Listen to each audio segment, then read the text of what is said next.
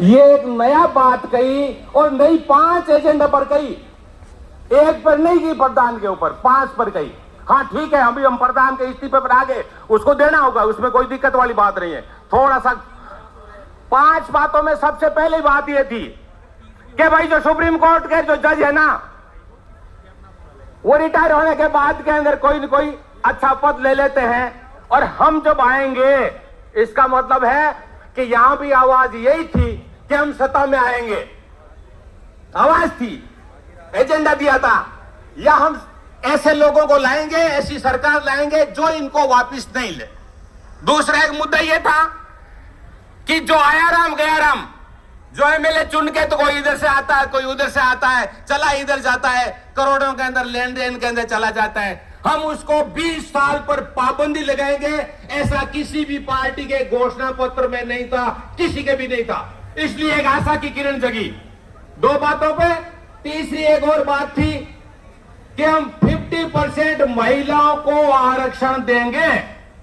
अभी जो बात चल रही है वो चल रही है सिर्फ जनप्रतिनिधि एमएलए और एमपी बनाने के अंदर 33% देने की बात चल रही है। यहां आशा की किरण महिलाओं में जगी कि 50%, क्योंकि हम आबादी है इसलिए 50% हमें रोजगार में भी दिया जाए, शिक्षा में भी दिया जाए। महिलाओं को 50% आरक्षण की बात की। और 2 मुद्दे और थे, अब ये थे 2 मुद्दे आपके, यानी कुल 5 थे। 5 मुद्दों पर एक आशा की किरण जगी।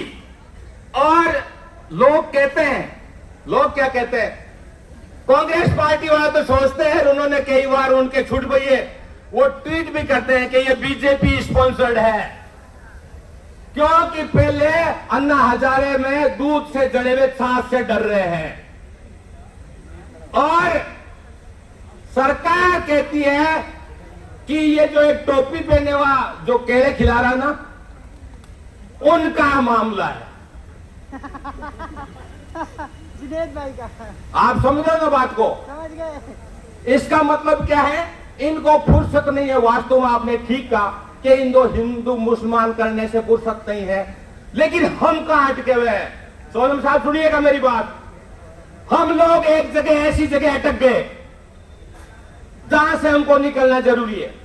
यह आंदोलन बहुत बड़ा एक होगा, पृथ्वी का बड़ा आंदोलन हो सकता है, धरती का बड़ा आंदोलन हो सकता है, भारत का बड़ा आंदोलन नहीं चलेगा।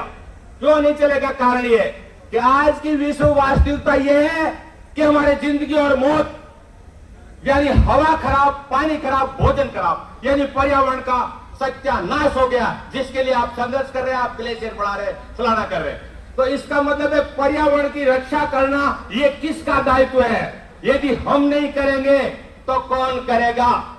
ये सोनम जी के खुद के शब्द है। इसका मतलब पर्यावरण की रक्षा, पर्यावरण कोई राष्ट्रीय मुद्दा नहीं है, हवा का मुद्दा राष्ट्रीय मुद्दा नहीं है, ये पूरे ग्लोब का मुद्दा है।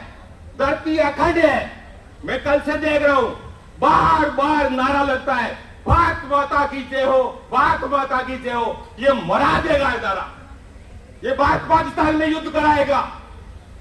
हमें कहना चाहिए धरती माता जिंदाबाद, हमें कहना चाहिए पर्यावरण की रक्षा हो। और शिक्षा को जब तक आप रोजगार से नहीं जोड़ोगे, अब रोजगार नौकरियों में नहीं है।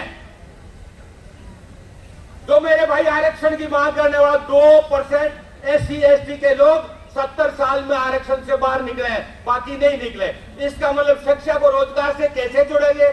जैसे सोनम जी ने वह शिक्षा का दिया कि शुरू से लोग रोजगार से जुड़ गए। मेरे हिसाब से रोजगार सबसे ज्यादा खेती में है। कौन सी खेती? ये जहरीली कॉर्पोरेट खेती नहीं, ये खेती हमारी कुदरती खेती होनी चाहिए, खूब रोजगार लगेगा। और ये हमारे फंडामेंटल राइट्स में होना चाहिए, सबको समान शिक्षा, समान अवसर, शिक्षा और स्वास्थ्य।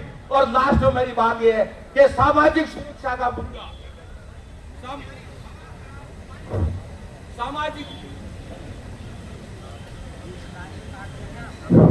ओके, एक है सामाजिक सुरक्षा। सामाजिक सुरक्षा का मतलब होता है मानव का विकास। ये कहते हैं विकास, विकास वो नहीं। विकास का मतलब है शुद्ध हवा, शुद्ध पानी, शुद्ध भोजन, ये विकास होता है। इसमें सामाजिक सुरक्षा हो, हर व्यक्ति को रोजगार मिले।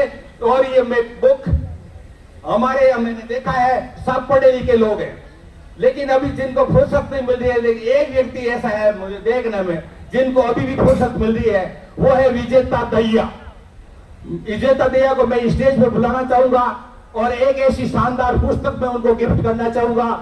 जो मैंने जो कुछ बातें बोली है उनको आपके थ्रू विजेता नहीं है अभी। ये पुस्तक है जिसका नाम है nature woman centric people's movement. Nature woman centric क्यों? कि अभी एक मुद्दा चल रहा है कि सब मानव सेंट्रिक चल रहे हैं। कहते हैं पृथ्वी में 84 जुड़ों में इंसान ही सबसे सुप्रीम है। अरे भाई नहीं, हम भी प्रकृति के हिस्से हैं, इसलिए प्रकृति से हितैषी और मानव हितैषी नजरिया लेना पड़ेगा, नजरिया ग्लोबल लेना पड़ेगा।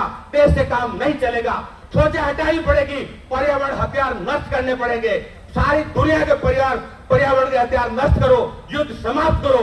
20-20 हजार लोगों को गाजा में मार देते हो, क्या बात करते हो? और ये आप नहीं उठाओगे बात, स्टेज से कौन उठाएगा? धन्यवाद। धन्यवाद सर, मैं आपकी इस पुस्तक को विजेता भाई को जरूर दूंगा।